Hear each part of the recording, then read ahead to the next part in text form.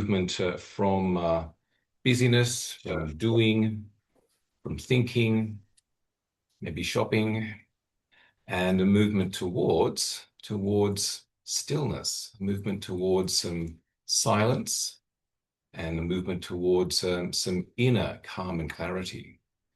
So a movement towards things that are often really, really important and precious for us, but we don't give them enough time, enough space, enough attention, enough energy. So retreat, like a individual meditation session, is very much an opportunity for that. And so we'll be here for a few hours, and the main way in which we can be in our half-day session is being aware. So being here, being now, and being aware. So that a movement away from doing and thinking into being and knowing. Knowing awareness of the present moment and what we are experiencing in that. And certainly the activity of meditation as a cultivation of the mind. So the whole of the Buddha's path is very much about a practice path for enabling a quality and clarity of mind that can then see things clearly. Because the wisdom of the Buddha, certainly the way in which I see his teachings and guidance, his praxis, is really about using meditation to develop a quality of mind to perceive things in a particular way that leads to freedom, that leads to liberation, as opposed to leads to being caught, being stuck, being bound, being imprisoned in the realms and the rounds of samsara, the whole cycle of birth, aging, illness, and death. And certainly that was Siddhartha's mission to find that way out, feeling that there was possibility. If we are stuck and caught, there must be a way out of being stuck and caught in that whole experience of samsara. And then spending years seeking ways of enabling that, and finally realizing that meditation, developing a calm, clear mind, supported by morality, wholesome living, enable then the seeing clearly, wisdom that led to letting go, to not clinging. And so we have inherited and live in that legacy of that possibility. And so very much today is an opportunity to be able to practice and actualize that potential as well. And particularly today with the theme of right view or perspective, the importance of seeing things clearly. I think that most of us are aware that how we perceive then really affects how we then receive our experience. So perception or view, which then even becomes our attitude, is really, really important. It's important to be aware of that cause-effect dynamic relationship between how we see or how we perceive, and then how we then receive and relate to whatever we're experiencing. And thinking about it, it's like we all are conditioned in particular ways to see things, to perceive things, to receive things, to engage in a particular way that mostly is about creating a consumerist society. So you perceive that you need something, and if you get that thing, then you'll be happy, whatever it might be. It might be, well, get a bigger one and you'll be happy. So we have this perception, I need, what can I see? How can I see? And what do I need to be happy? A bigger one, or maybe a smaller one, maybe a red one, maybe a younger one, whatever it might be, to perceive in that particular way. And that generates how we look at life. Basically creating that sense of desire, a sense of wishing, wanting, clinging, craving, and the result is, yes, maybe we get what we want and it satisfies us for a little while, but then because of the nature of things change, things don't last, things are there's a newer one out, a better model, then we feel unsatisfied, we feel dissatisfied, we feel frustrated, we feel disappointed, we feel despair, we feel pain and suffering, all encompassed with the Buddha's word dukkha. Dukkha is I think in Pali it's a good word because it encompasses all these experiences of dissatisfaction, stress, disappointment, unease, right through to pain and suffering. But in English, we have to find a whole lots of words to really sort of relate to and define that one word in Buddhism, dukkha. Dukkha, so that as opposed to sukha, which is happiness, a sense of ease and fulfillment, contentment, joy. So the way of the world is to cause people to see a sense of lacking and wanting and need in order to be happy, but it's about ultimately causing people more stress and suffering. And the Buddha was aware of this and thought, okay, well, how do we perceive things in such a way that we're not going to be caught up in wanting, clinging, craving, desiring, wishing, and so forth. And this is where he set up a specific method for seeing things, perceiving things, and therefore receiving experience in a particular way. And this is what he developed as the Eightfold Path, beginning with Samaditi, which generally translates as right view. Right view, which is not just seeing things clearly. It includes a clarity of sight, clarity of perception, but it's more than that. It's more than that. And certainly in the article that I sent out, which is a review. So this is the article which I sent out. Most people, everyone maybe got it, may have had a chance to have a look at it. Otherwise, look at it later. It's only a few pages, but it's a review of this particular book. So rethinking the Buddha, early Buddhist philosophy as meditative perception. And I can send this out as a PDF for you to read on the screen or to print off. Comes down to about, in terms of pages,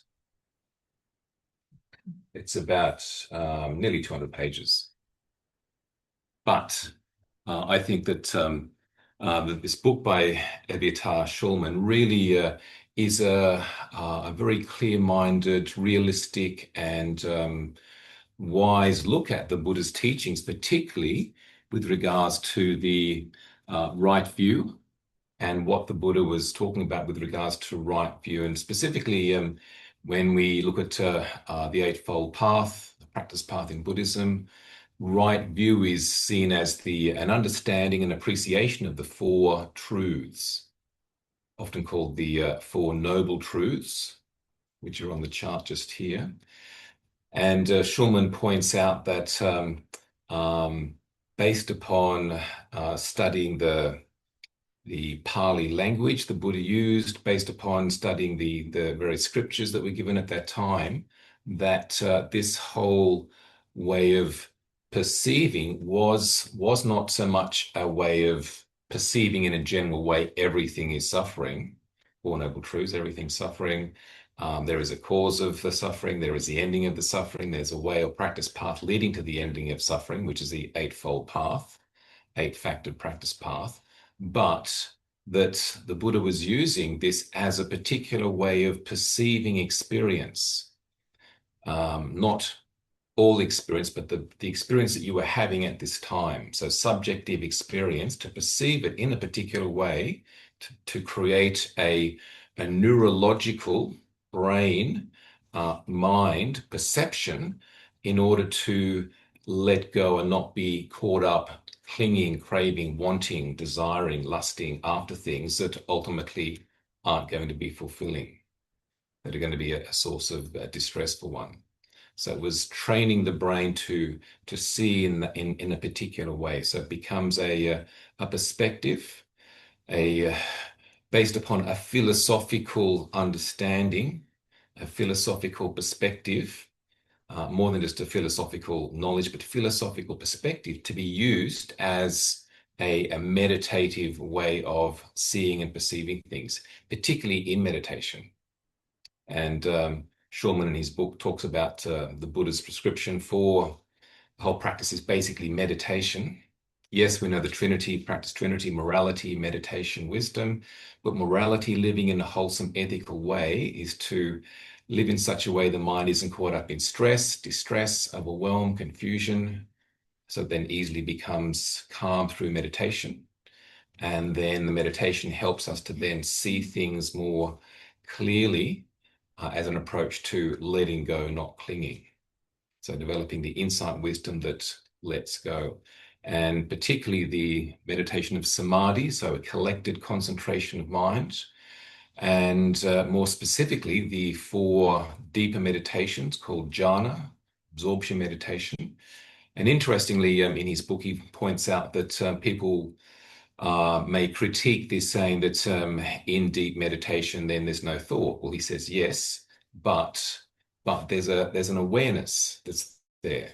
And so if we train our brain mind to perceive in a particular way, beyond actually thinking that it becomes our outlook, then that's what is used in the deeper meditation to see the nature of experience. This pleasant feeling, seeing it as impermanent, unsatisfactory, not personal, which allows a sense of not getting caught up into it and identifying with it or as it or through it. A bit like, for those of you that wear glasses, with glasses, we perceive in a particular way. We even forget that we're seeing through glasses. We don't sort of, every time we look, oh, I'm seeing through my glasses. It's just there as our perspective. In fact, the glasses that I have, they've got an amber tint on the lens, so everything's a little bit brighter. So I see things, oh, it's a nice bright day, and other people look at my go, oh, well, that's not that bright. Well, through my glasses, it is. So it's a perspective that enables us to see in a particular way. So the Buddha, according to Shulman, was designed this template, this approach, this mindset, this schema, a psychological schema to look at your experience in a particular way that allows you to not get caught up clinging and craving and wanting and wishing after the experience, so that you will let go and have peace, even profound peace, the peace of enlightenment. And so certainly that becomes, I think, a very, very interesting way of understanding the Buddha's teachings, particularly the Four Noble Truths. And the Four Noble Truths, even Shulman points out, at the time they weren't sort of designated noble. They were just four perceptions that, and not so much there is. Often they're translated as there is, or everything is dukkha, suffering, but more like this is dukkha. This is dukkha. This is disappointing. This is unsatisfactory, unsatisfying. There is this is the cause to this dukkha, clinging, craving. There can be the end, or this is the end, letting go, and there's the practice path that leads to that possibility of letting go, as a meditative, mindful perception of experience. So putting this into practice, certainly the basic practice is meditation, to develop and deepen, to define and refine the quality of our mind through which we perceive experience, but then adding in this particular perspective so that we don't get caught up and attached to things, so that we're aware of things as they are, particularly pleasant things. It's easy not to be attached to the unpleasant things. Often we're sort of pushing those away, but a sense of the pleasant things to go, okay, well, is it going to lead to more happiness and peace? Or maybe not, because it's not going to last. Or the way in which I'm perceiving it through my eyes, they're not going to last. Thicker glasses. Or my ears, which after a while don't hear so well, or basically the body which ages. So it's, we experience pleasure through the body. So that doesn't last. And so that there's a sense of letting go. And I think also the Buddha was not denying that there is pleasure. Yes, there is pleasure. But the point is, don't get caught up clinging to it, because that's where there's going to be stress and suffering. Even sort of the sense of like, oh, it's all wonderful now, but when is it going to end? And then that creates a sense of unease and distress. Um, or thinking someone's going to take this, or it's not going to last very long because it's going to wear out, or whatever it might be. So yes, there is pleasant and pleasurable experience. One can appreciate it, enjoy it, but be careful about getting attached to it, because that's where the problem is, the attachment. The attachment, and then the despair, or the clinging and craving after the next experience. So I'll send out the PDF for the book, which I think is a really, really healthy look at the Buddha's teachings, particularly in terms of the four truths.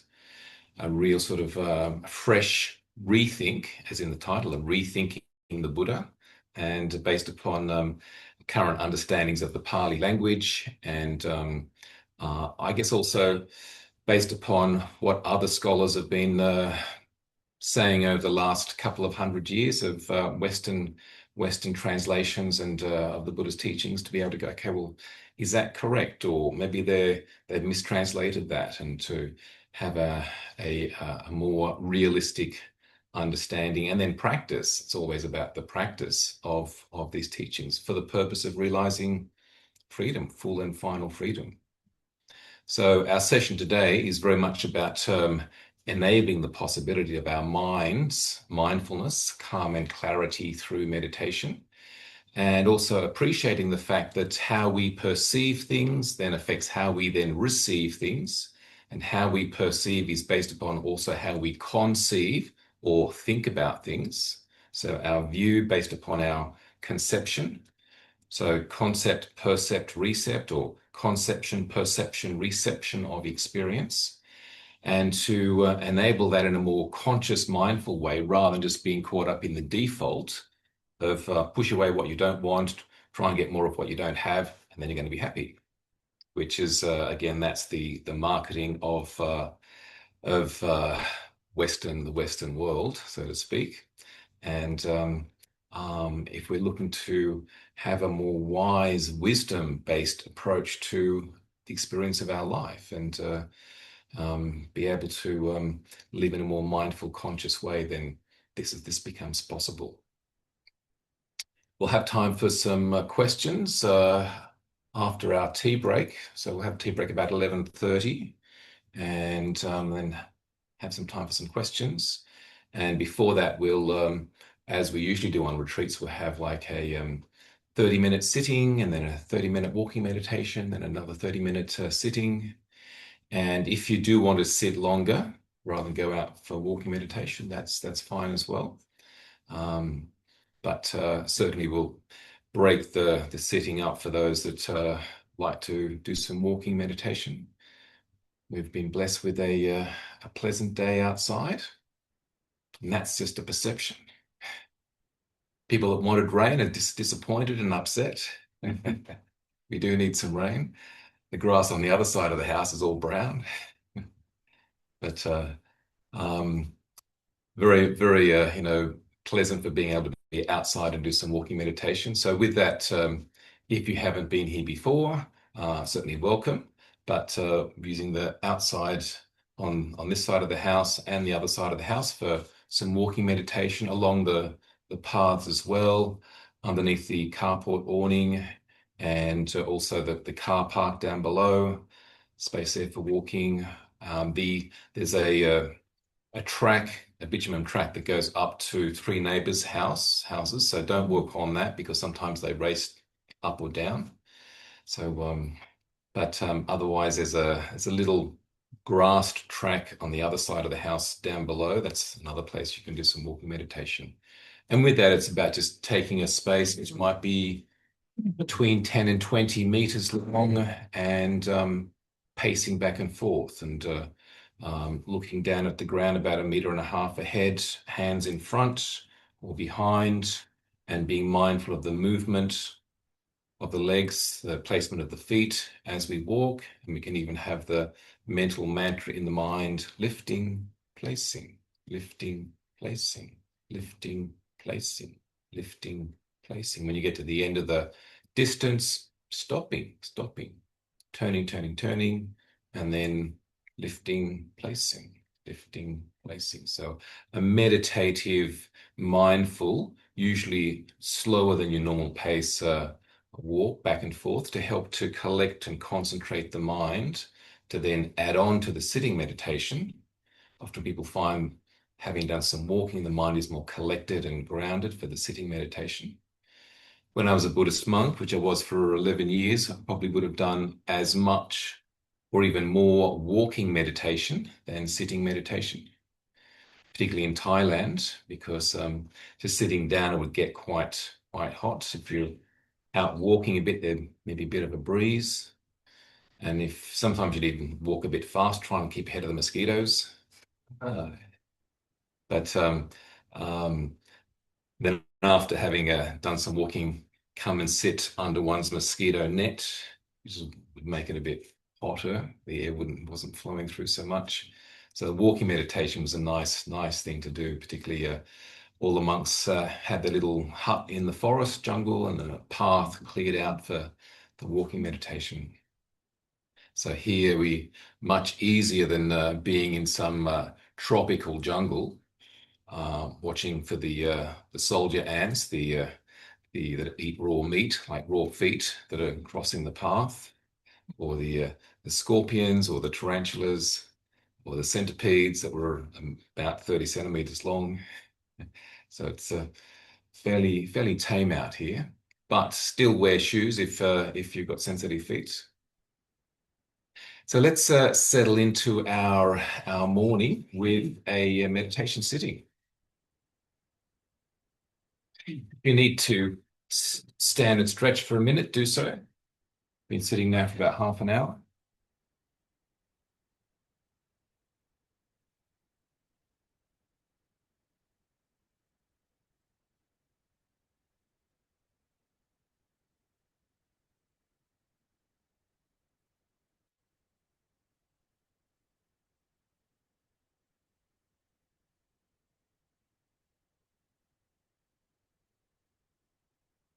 So having established a comfortable sitting position, aligning our body with some degree of symmetry, balance, poise, helping to enable an inner mindful presence. Our eyes gently closed, helping to bring awareness within. And beginning by having an initial deep, relaxing, letting go breath. A nice deep breath sends a signal to our brain to release endorphins to soothe the muscles, tendons, tissue of our body.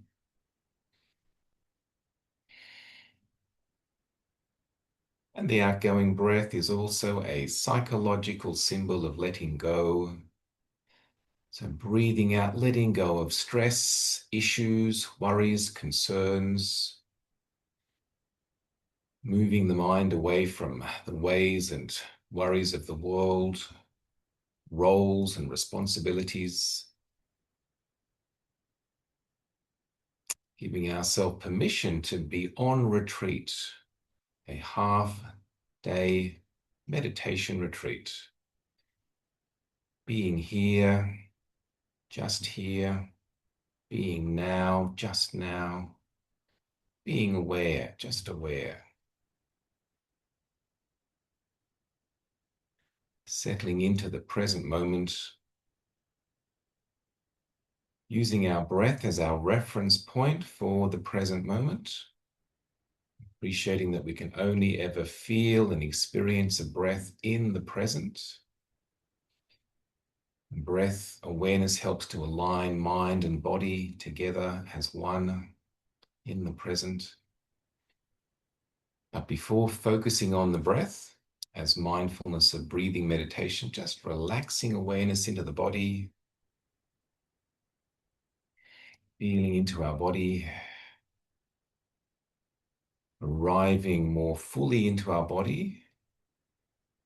So not just arriving here in this place, but really embodying a sense of simply being. The body sitting, feeling aware of the body,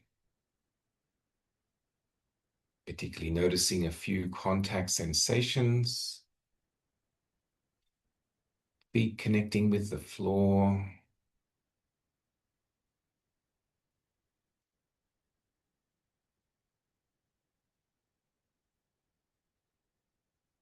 feeling our body connecting with the chair, cushion, or meditation stool, sensing that, feeling that, knowing that directly. Body against the chair, cushion, stool.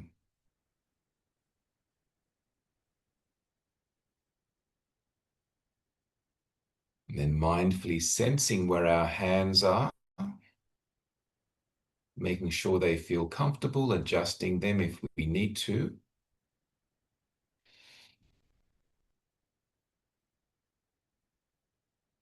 And feeling the sensation of our hands and fingers, whatever they're touching, maybe one hand resting in the other. Sensation of our skin as warmth or coolness, softness or moistness.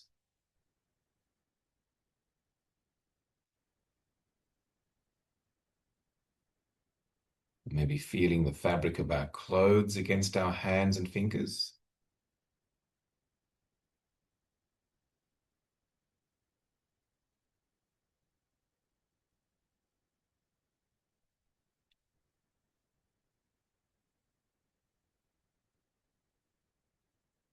And bringing our awareness up to our shoulders, relaxing our shoulders without disturbing the uprightness of our back.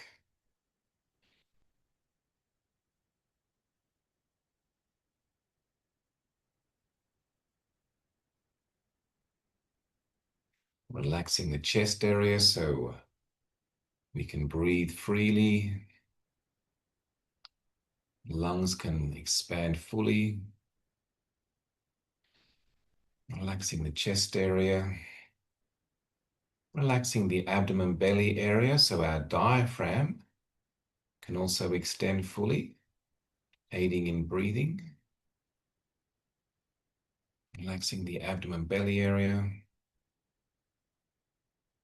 And then feeling that soothing motion, the gentle rising up with the in-breath, relaxing down with the out-breath.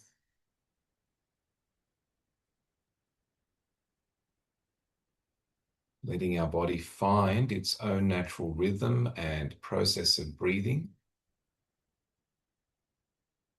No need for forcing or controlling, just allowing, letting it happen. The body knows how to breathe itself. This ongoing perennial process that we can bring awareness to help simplify our clarity, purify the mind, being free from thinking, abstractions, just noticing the body breathing.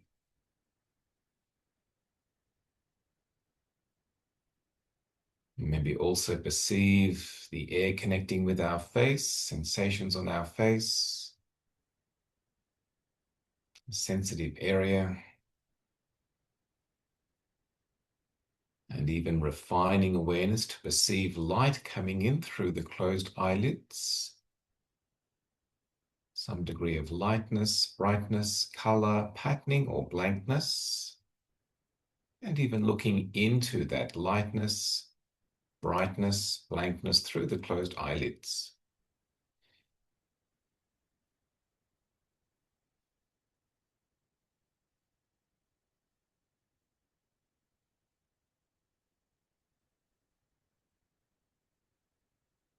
Or maybe a few background sounds, but we don't need to be distracted or disturbed by those.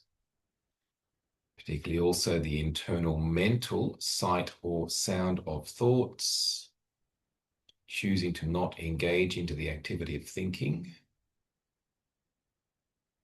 but rather choosing to bring awareness, mindful awareness, to the sensation of our breath, wherever we feel it the most, which certainly may be the nose nostril area.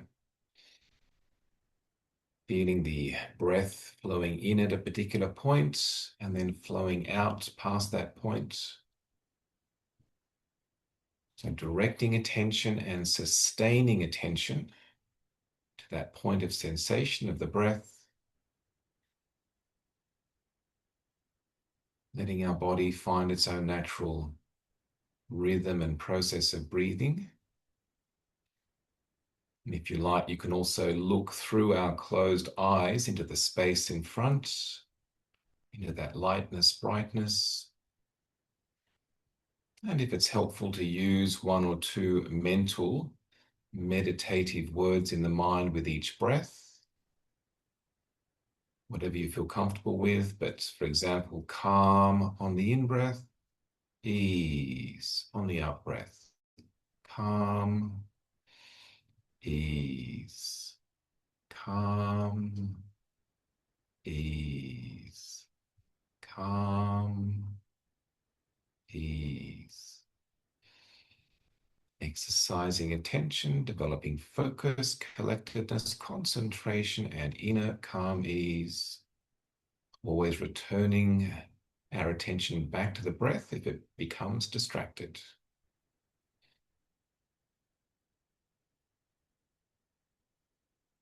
Simply sitting, feeling, breathing in the present.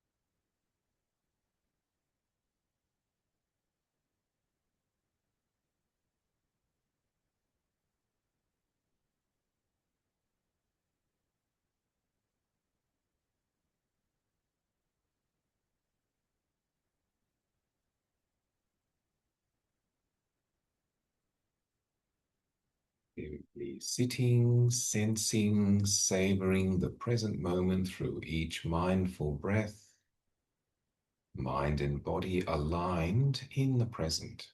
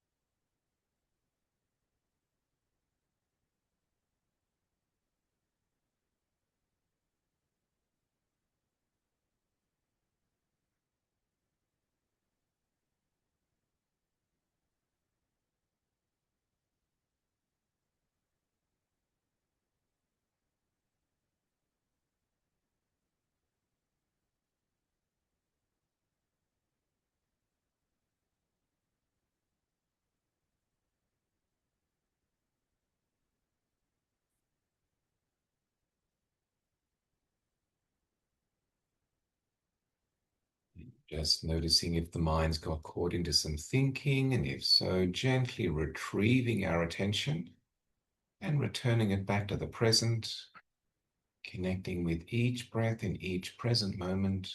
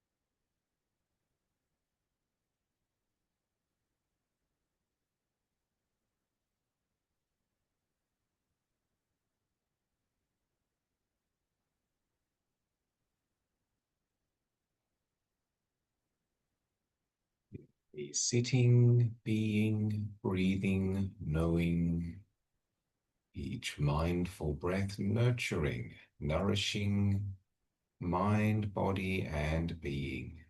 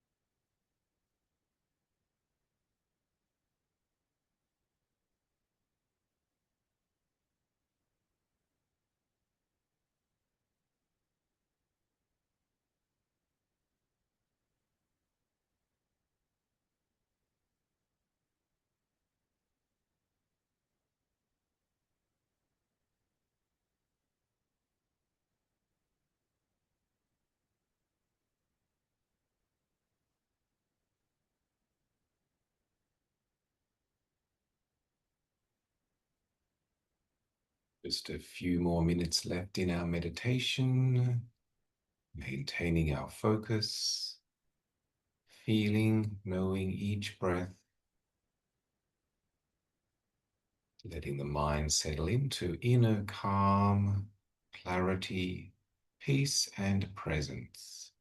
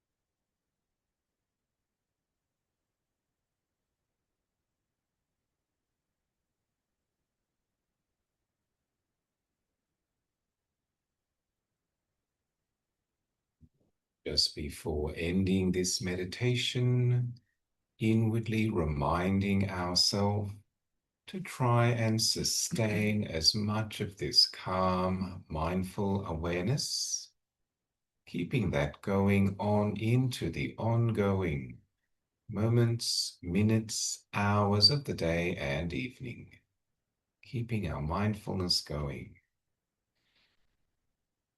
And to end the meditation, just taking a deep breath and slowly opening our eyes to finish.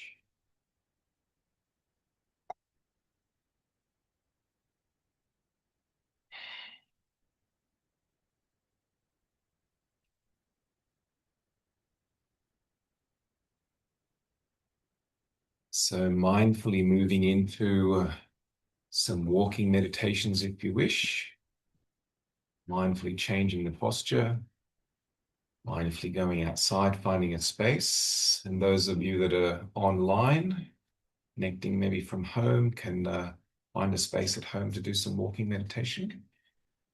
We can meet back here in about 30 minutes, about 11 o'clock, and I'll ring some small chimes as, so that you hear it's time to sort of come back in. You're still out there.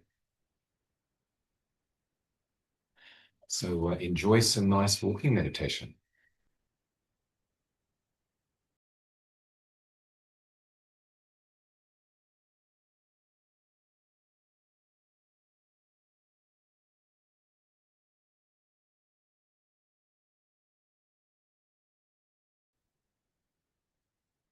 Settling back down into our sitting meditation, enabling a flow on of mindfulness from walking into the change of posture into sitting, maintaining this mindful awareness, and particularly bringing our mindful awareness to our breath, a movement from the walking activity into the awareness of the in-out breath, moment to moment knowing, allowing the mind to settle into a state of inner calm, clarity, peace, and presence.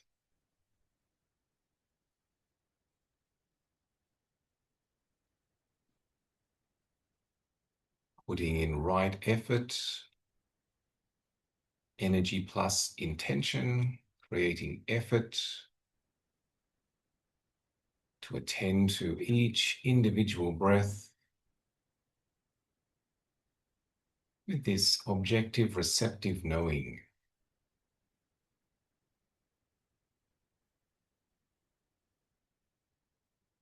Enabling an inner feeling of ease and well-being, joy and contentment, and inner happiness. The happiness the Buddha spoke about as being important to develop.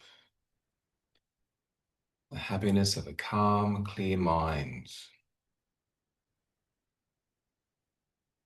not seeking, not clinging, condemning,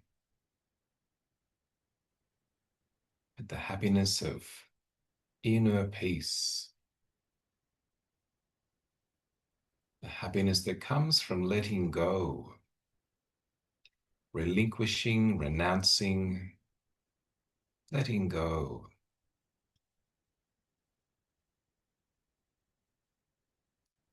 Peace of simply being, still and serene. The inner silence and spaciousness of mind.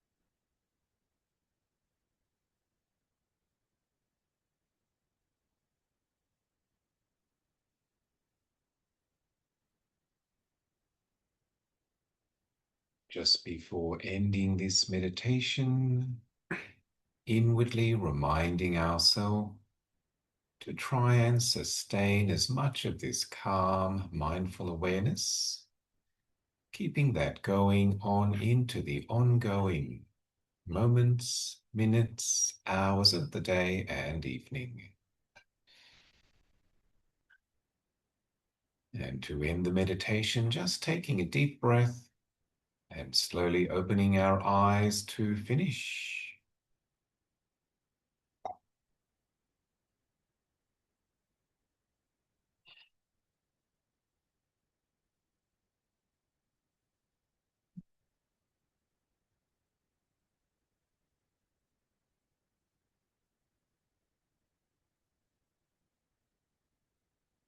So how do we feel now?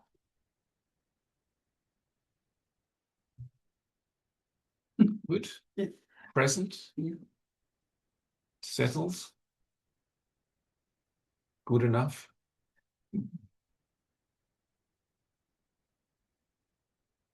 Please help yourself to some tea biscuits. So we'll have a tea break for about 15 minutes, and 15, 20 minutes, meet back about quarter to 12. So feel free to connect with others, have a mindful chat if you like, write speech, meet some friends, fellow meditators, and certainly sit outside. There's chairs outside to sit. Enjoy the space, the view.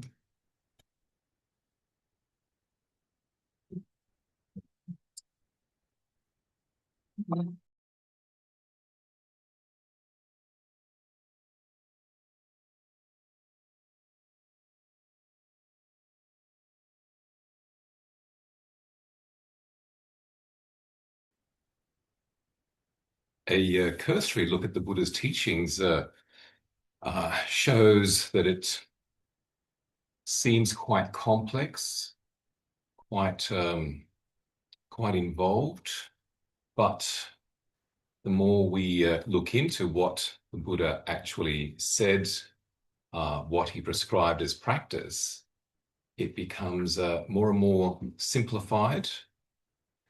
And I think in many ways a great relief as well, because whilst the Buddha taught for 45 years, and there's a huge body of teachings that were recorded, recorded as in like initially remembered by the monks and nuns, chanted, recited, and then later written down, and then later collected and put into various collections, which is called the Tipitaka, the three baskets. Looks like a lot of teachings, but which it was, but the teachings and practices is pretty fundamental, pretty basic. And even though there's lots of explanations on the pretty much the same thing, dukkha and the end of dukkha, but one can approach it in a way that making it as simplified as possible, which is more of a practical way to apply the Buddha's teachings, and particularly into daily life. I think that, again, Buddhism, the ism aspect of Buddhism has made a lot of extra teachings and extra ideas and extra sort of philosophical perspectives, particularly in what is called Mahayana Buddhism and Vajrayana Buddhism. So Mahayana being the expression of Buddhism in China, Korea, Japan, and Vajrayana, the expression in Tibet and Bhutan. But when it comes down to it, the teachings are quite succinct and quite simple and quite practical, and therefore very applicable to our own day-to-day life, particularly as we're looking at them today in the sense of like how we perceive things becomes really, really important. And the Buddha prescribed that particular perception using the four truths as a perception to look at one's experience, one's subjective experience, and particularly enabled through a calm, clear mind, which is developed through meditation. the practice path, which we can see on the chart here, the Atangika Magga, the eight factors, the eight-factored or eightfold path, which begins with Samaditi, right view or right perspective, which flows into then right thought, the right use of thought, the right use of speech, the right use of bodily action, right livelihood, right effort, right mindfulness, right concentration.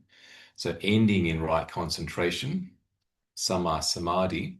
But in a way, one could appreciate that the two probably most important and essential elements of the path are the first and the last elements. So the right perspective and then the meditation practice.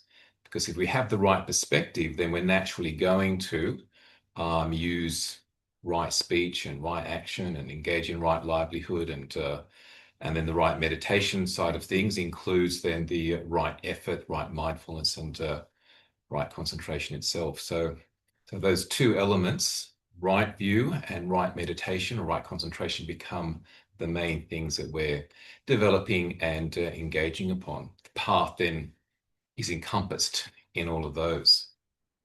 But I think that, again, it's really important to appreciate that sense of perspective or view or attitude, because that's everything. Our whole experience of life, our quality of life is so much based upon our view, our take, our perspective.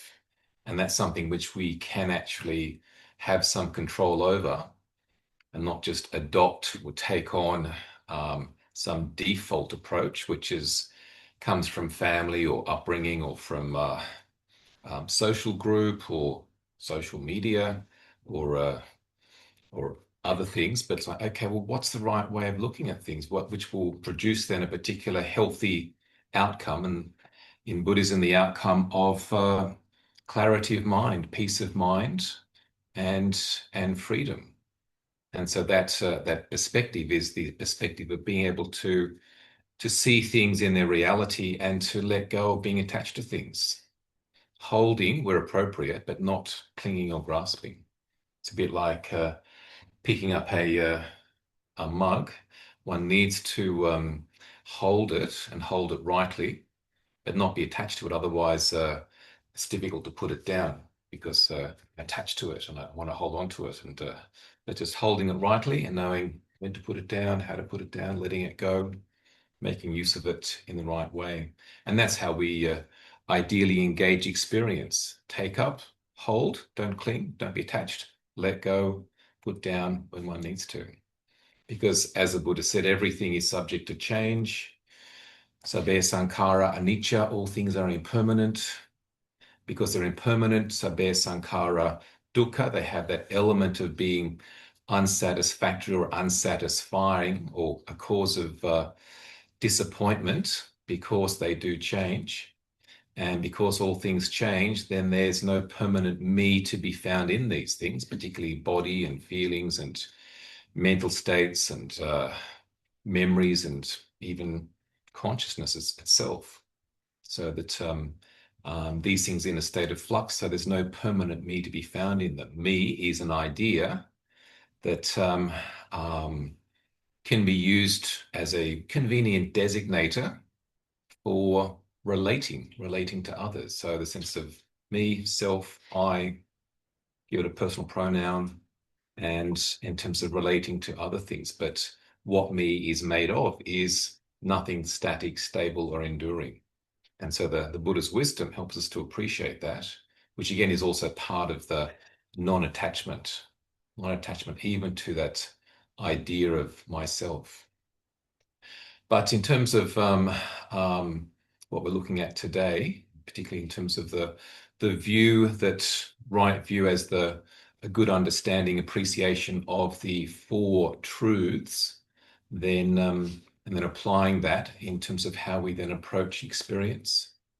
So any thoughts or questions yourself about view and perspective, and particularly the four truths, which is a seminal teaching, a seminal way of understanding experience that the Buddha pointed out?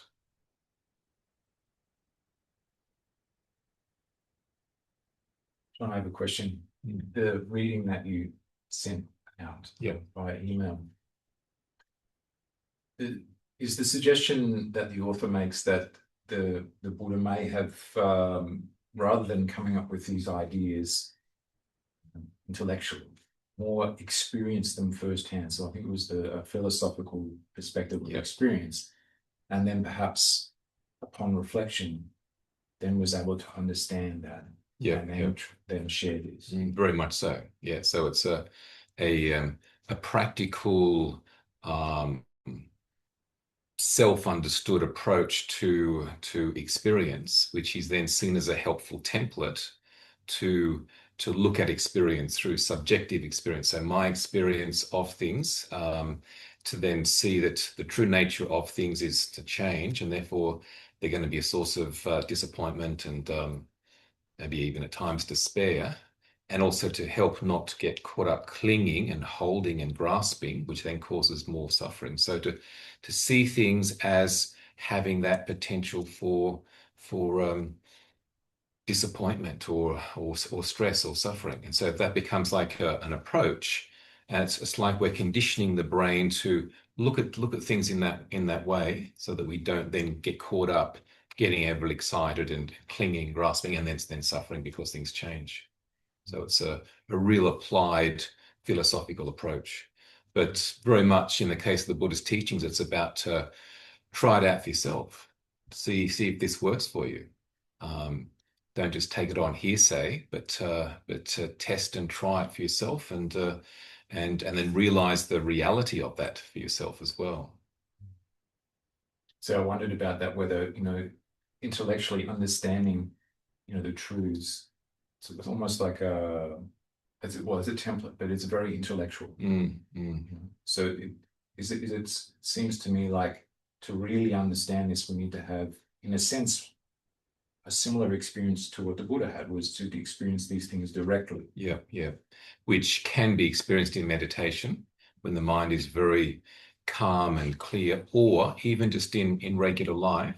And I've been using this approach myself for a long time, but reading this article sort of emphasized it. Yes, so to see things as a source of disappointment, or to, even if there is disappointment there, then to go, yeah, this is dukkha, this is stress, this is maybe suffering, and then to see that, yep, that's a reality, that's the first truth. And then what is the cause of this stress and suffering? Well, wanting. I wanted it to be different, or I wanted it to be otherwise, or I want it to last, or I'm wanting this not to be happening. Wanting. And so if I stop wanting, what happens then? There's peace, third truth, end of stress and suffering. Okay, and so how to actualize that more in my life? Well, that's then the practice path, the way to that, which is basically morality, meditation, wisdom. So it's applied philosophical perspective to be realized here and now for oneself, which makes the Buddha's teachings really down to earth. In many ways, they're a psychology, they're a philosophy.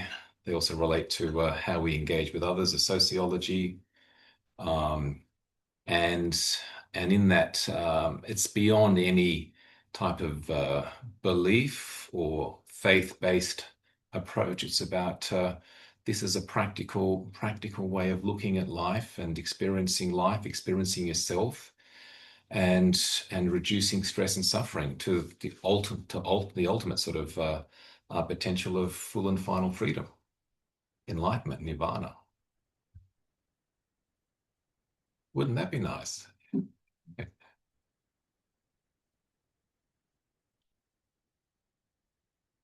Any other thoughts, Brendan?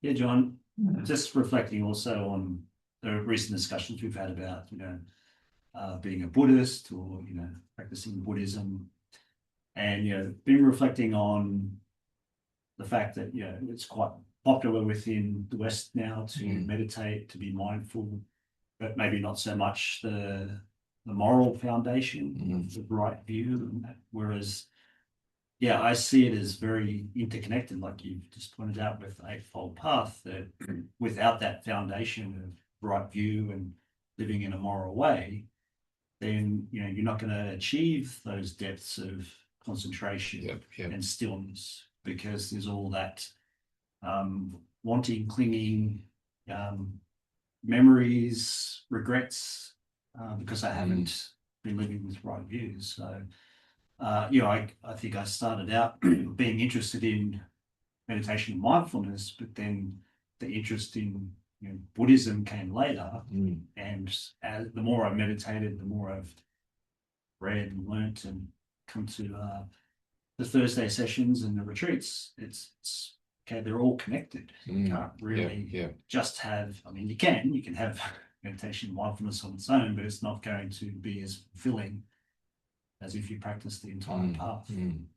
I think that, as you're saying, Brendan, it's people get to a point where they realize that meditation, being mindful, and even like the whole sort of mindfulness trend that has developed, to take it further and to actualize it in any great, meaningful way, you need to have a foundation in morality, sila, and wisdom perspectives to look at life from, which is very much what the Buddha was pointing out.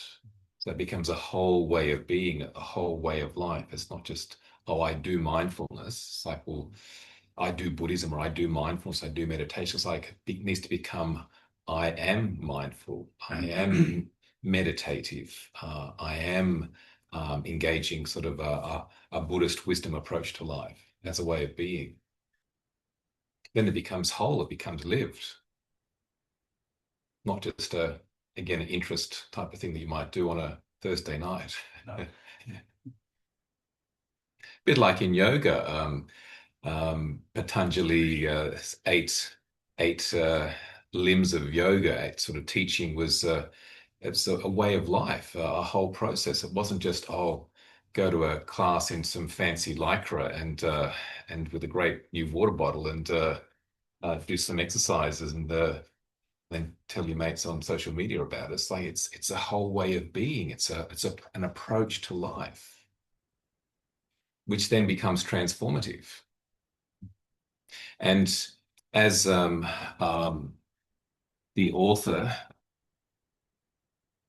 Scholman points out in this book, the philosophy that the Buddha was designed and developing and teaching was more in the true sense of philosophy, as the ancient Greeks used philosophy as a way of life. It's an approach to life. It wasn't just philosophizing as sort of an idea, sort of nice ideas that professors of philosophy can get into. It becomes your way of being, and particularly philosophia, philo, love of, sophia, wisdom. So the love of wisdom, and becomes your whole being, which is very much the sense of what the Buddha's philosophical teaching is.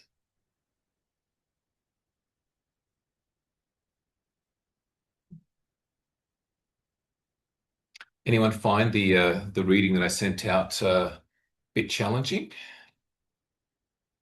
Those that have had a chance to have a look at it. It's a little bit academic, because even the author Douglas Ostow, he's a philosopher. He's written a few different books, but the language is a bit academic. I think that Evitar Schulman's writing is not so academic. There are some academic words in there, but it's probably more readable, which is helpful because it's nearly 200 pages. This was just 3 pages. But a really sort of healthy look at the Buddha's teachings to see how fundamental and practical as an approach to life and to the possibility of realizing psychological, spiritual freedom becomes possible. I found the paper quite curious because my first initial entrance into the Dharma was deep concentration and jhana state. And I was always told to not read the Dharma, to actually understand the teachings, and then to look at the books for confirmation. Mm. And it's interesting now, like the last probably 15 years of practice, sitting in retreats and sitting with teachers, it's all about actually all the lists, more so than actually the concentration, which allows, to see beyond the mind and actually see the teaching. Yeah. So it's, for me, it was, oh, wow, okay, someone's kind of speaking the language that I was originally taught. Yeah. So. Yeah. Well, certainly, both Osto in his sort of review and Schulman point out and emphasize the importance of meditation, and particularly samadhi and jhana. The early teachings and that we have in the Tipitaka, the Theravada teachings that exist, where the Buddha was saying that the meditation is jhana, is absorption meditation. So samadhi into jhana, that's the meditation. And really emphasizing that. And throughout the Buddha's teachings, the Buddha is exhorting and getting the monks and nuns and people to go, there's these forests, there's these huts, there's these groves, there's these roots of trees, there's these open grounds. Go and meditate, go and meditate, go and meditate. So really emphasizing the importance of meditation, because without a clarity of mind and a depth of mind and a trained mind, it's very, very difficult to really see things clearly and to take things to heart, to penetrate deeply into the understanding. And I think that in contemporary culture now, we need to, practice more meditation, and particularly samadhi, concentration meditation. Otherwise, as being said, we're becoming a culture of ADHD, so that everybody has some degree of ADHD, the lack of attention, lack of focus, not just as a diagnosis for a few, but generally. I think that psychologically, if a study was done of general population now compared to, say, 50 years ago, probably find that people's concentration now generally is a lot less than what it was 50 years ago, when life was simpler and there was more things to focus on, tend to, as opposed to constant change and constant sort of things that attract and distract. So that to regain our ability, that neurological ability to hold attention and to focus, we need to train the brain to exercise in that way. It's like, why do people do yoga so much these days? Well, or go to gyms. It's yes, maybe to meet people, or to exercise their bodies. Did they do that 50 years ago? No, gyms were smelly places for circus people that worked in the circus, or that were worked in the prison or whatever. But now every second person is going to a gym or doing a yoga class because we don't move enough. So we need to go and exercise and move. And the same with concentration. We're not exercising concentration enough, so we need to practice meditation to do so. The lists which are very, very apparent in Theravada Buddhism, I find really helpful for being able to see in many ways there's some sort of qualities of mind, psychological states, positive and negative states and things, so that one can see and be aware of what one's looking out for in the context of meditation and daily life. So that things aren't just sort of a cluster of things, but more just, okay, there's these 7 enlightenment factors, or there's these 10 spiritual virtues, or there's the 5 hindrances, or and so it's easier then to know what they are, even learn them off by heart, and to then be aware of them or apply them if they're qualities. So a bit of study and learning can be really, really helpful. In many ways, Buddhism is developing and changing and growing as it finds its footing in Western culture, and probably taking on more of an alignment with psychology and psychotherapy and counseling, even using some of the language of psychology and psychotherapy as well, which in many ways aligns back to the early Buddhist teachings as well, beyond what, say, Mahayana Buddhism has made of the Buddha's teachings, which in many ways is not actually what the Buddha actually said, as far as we understand. It's an added on extra things to suit the people and culture and customs at that particular time and place.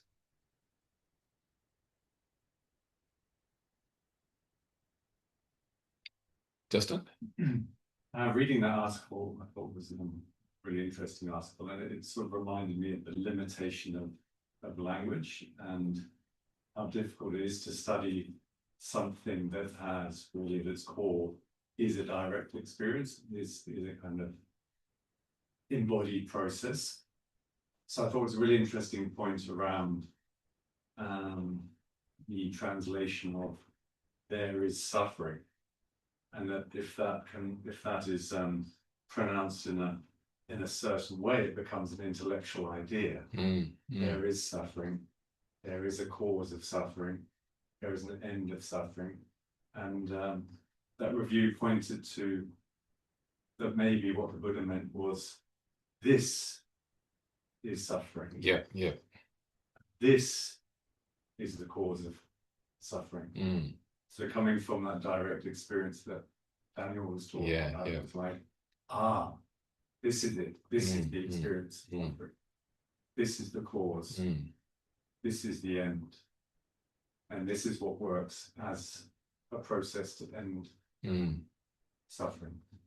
Yeah, so very really sort of that limitation of language, and without then learning or practicing with a teacher or with other people to reflect on, it can become really maybe difficult to navigate. Yeah, I think that's a really good rendering. And again, he was going back to the actual Pali words that the Buddha used in the discourses, because again, very easy for translators to translate, maybe mistranslate teachings to suit their own understanding or to suit others, and then that really sort of detracts from what was actually being pointed out. And particularly as a practice, this is like a psychological medicine to relieve suffering and create healing and lead to freedom. And you don't want to get the measure wrong, like in a dose of medicine. Otherwise, it's not going to work properly, especially if it's watered down. So direct experience, really, really powerful.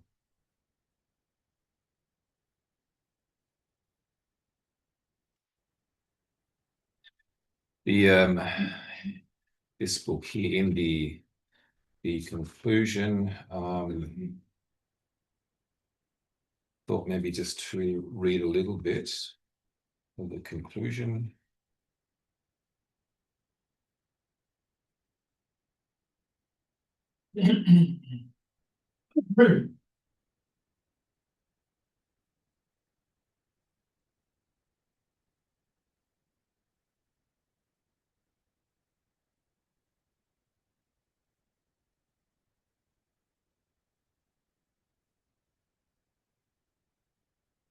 So there's a lot that I could read out that would be interesting, but he says,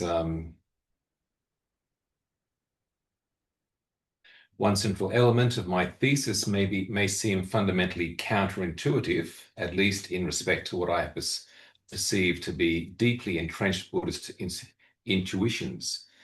Buddhist meditation is commonly seen as a form of deconstructive therapy, and in many senses it is. It clears the mind of ingrained habits and tendencies that may be truly unhealthy.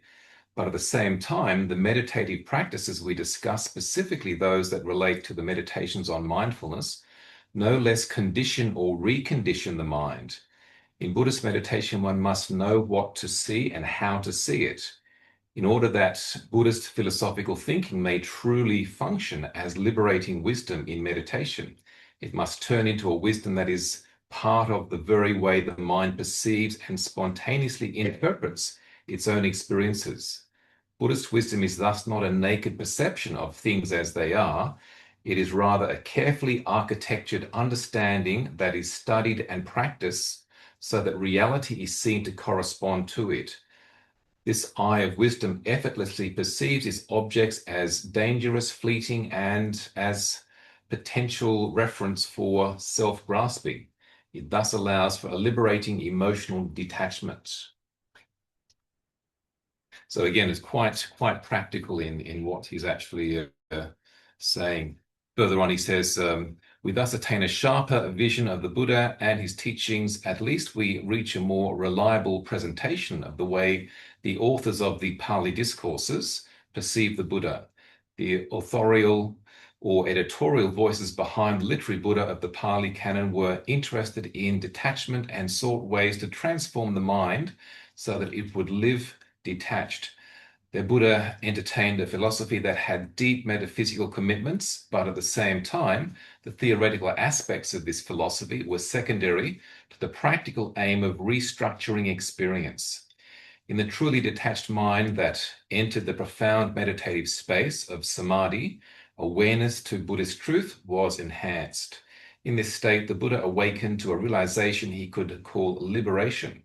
This insight took place when he spontaneously reached to the negative potencies in his mind in a manner fully congruent with the Buddhist philosophical approach to life. In his meditation, he directly perceived the realities described by Buddhist philosophy. So I'll send this out as a PDF, and you can have a look at it, have a read, have a ponder, and see what you want to do about practicing it. That's a good question. So I've had a couple of friends over the years say they've found when they started meditating, it was very confronting, and especially if they've had trauma backgrounds. So what would you advise to say in that situation? Always good to maybe see a specialist, a psychologist, a counselor, or psychotherapist to help if there's underlying trauma that's there that may come up in meditation. But and again, meditation ideally shouldn't be practiced just as a practice in itself. It needs the context of teachings and guidance to help be able to perceive and experience the trauma in a particular way, particularly with a sense of, okay, how is the trauma manifesting? Is it as a thoughts in the mind, as memories, as images, as feelings, as body tension, as behaviors? So looking at it in an objective way. And again, even from a Buddhist perspective, applying the template of it's impermanent. It wasn't always there. It's changing in its phenomena, even as I feel it. So impermanence. It's unsatisfactory. It's not something which is a deep satisfaction or something that I want to cling on to. And then also that it's arising. I can be aware of it. I don't have to become identified as the trauma, which is often what happens. People identify with it. I am this, I am traumatized, I am a victim, I am whatever. So that stuff has happened, for people, but the mind doesn't have to turn it into their sense of self. And that's where the psychological breathing space provides some space to view correctly, to see things more realistically, see the truth of things, and also then to let go of being caught up in it and conditioning more trauma. So having a healthy approach is really, really important. And for sure, I think people need to be mindful that meditation can, because it's going within, and it can allow stuff to come up that maybe needs to be attended to, looked at, and dealt with and processed. So one has to be careful.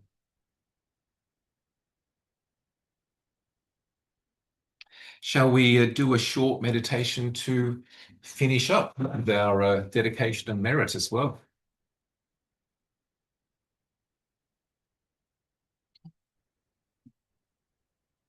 So taking this time to allow ourselves to settle,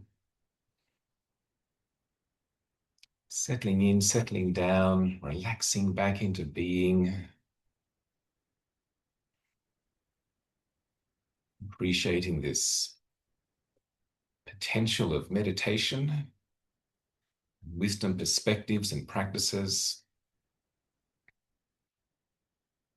developing and deepening the quality of our mind, realizing the truth of things, realizing and experiencing freedom,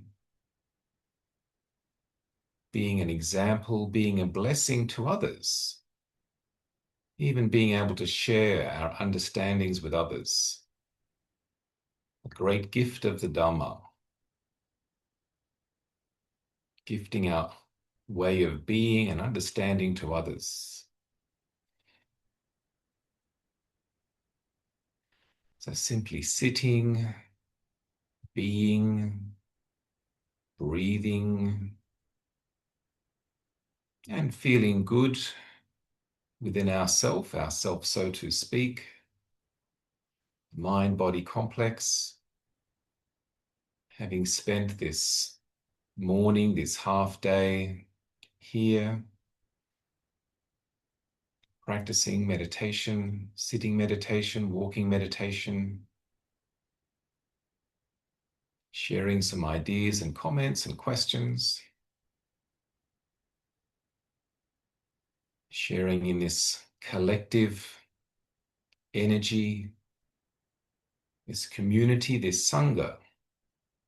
Sangha, the word for community, communing together around meditation, allowing the feeling of joy, appreciative joy, gladness to occur.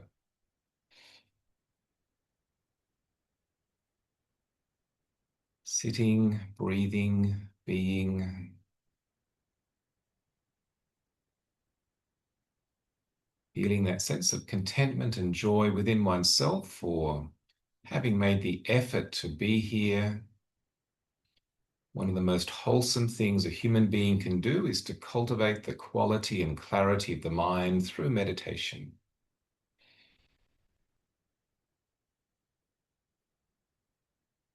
Appreciating also the good karma, the good energy, and the merit of what we've enabled over this morning.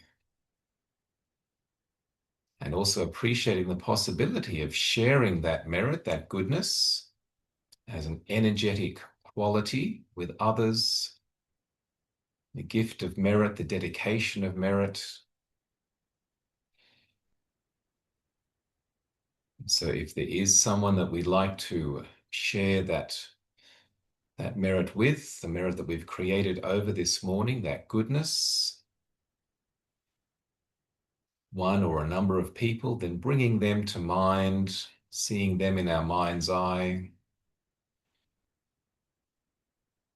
particularly bringing our awareness down to the center of our chest, the place of our spiritual heart, in the center of our chest, and imagining that we can breathe out this good energy out into the space in front of us, where we can maybe visualize that person or persons, wishing them well. May you be well, happy, free from pain, issue, illness, receiving this gift of merit. Breathing out from our heart center, a good feeling, a good vibe as a radiance, a light, a color, a warmth or coolness. And as we breathe in, breathing in through our heart center, that positive energy filling our whole body with a sense of ease and well-being. So breathing into, breathing out from our heart center, dedicating and gifting this merit, this good karma to others, with the wish that may you be well, happy, free from pain, issue, illness, living your life well.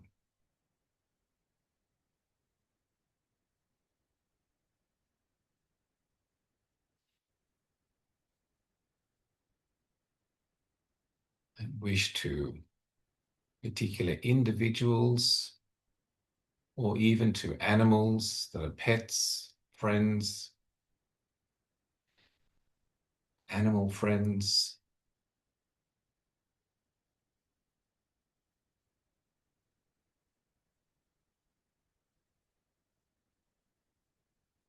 May you be well, happy, free from pain, issue, illness, living your life well.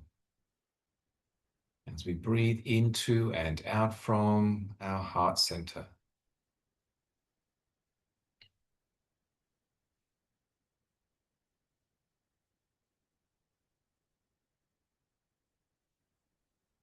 Now allowing the image of that person or persons to dissipate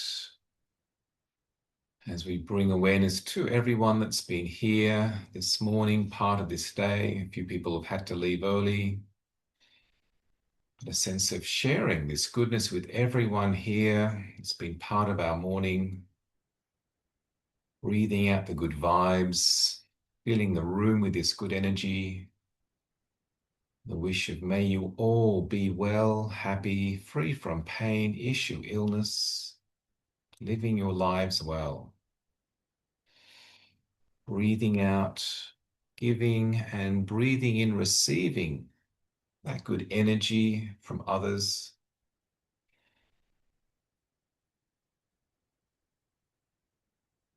Breathing in, breathing out. This gift of well-being, this gift of goodness, good energy, merit.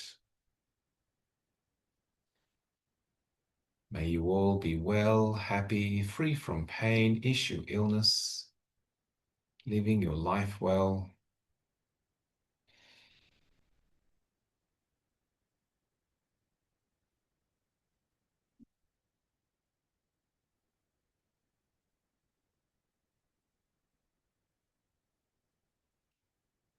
And then bringing to mind ourself, a wish towards oneself, and may I too be well, happy, free from pain, issue, illness, living my life well. So feeling good within oneself, about oneself, a gift of kindness, compassion, care, and support for oneself. May I too be well, happy, free from pain, issue, illness, living my life well. May my life be a blessing to others.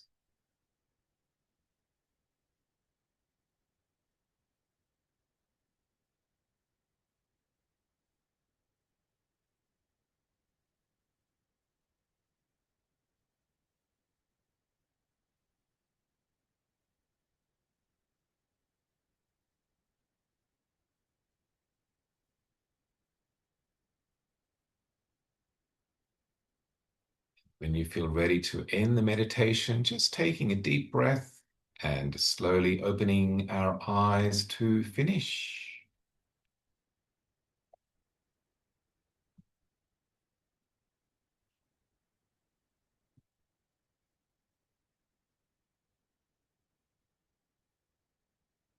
So thank you everyone for being here this morning, this half-day retreat. Wonderful to be able to share with yourselves and sharing in our being together. Important to make this a regular practice, both in terms of our meditation and also meeting up like this, regular basis. Certainly Thursday night meditation group allows that possibility, and usually we have a Sunday session monthly. And as you've probably been aware, Justin mentioned that the next Sunday session we'll be having a Buddhist monk here, Ajahn Medino. He's originally from Holland. I met him nearly nearly 40 years ago when I was a monk in Thailand. He was a young man, arrived from Holland and interested in meditation, Buddhism, and ended up ordaining. And so I've kept in contact with him since then. He's spent years living in Thailand in the forest monasteries, and then spent 12 years living as a hermit monk in the forest in Sri Lanka. And he's now been offered some land to develop as a monastery there. In the meantime, he's spent various times back to Holland and Europe to give teachings and so forth. He also spent a bit of time at Wat Buddha Dharma, just outside of Sydney, Buddhist monastery where I first started. But he's coming back for a visit to a few monasteries in Australia. So I've invited him to come and share with us. So he'll stay with me for a few days here. And so Thursday night session and Sunday morning session as well, with some food. So people that come can bring some food. So we have lunch, shared lunch together. And then Ajahn Buri Panyo, a month or so later, he's an Australian Buddhist monk. He's been here last year, and he'll be visiting end of April with the Sunday session on the 3rd of May. So 2 months for this year. And obviously later on from that, we'll have the other monthly sessions as well, Sunday sessions. So thank you for coming, and thank you for your dana. Thank you for sharing your presence, and enjoy the rest of the day and weekend. Thank you.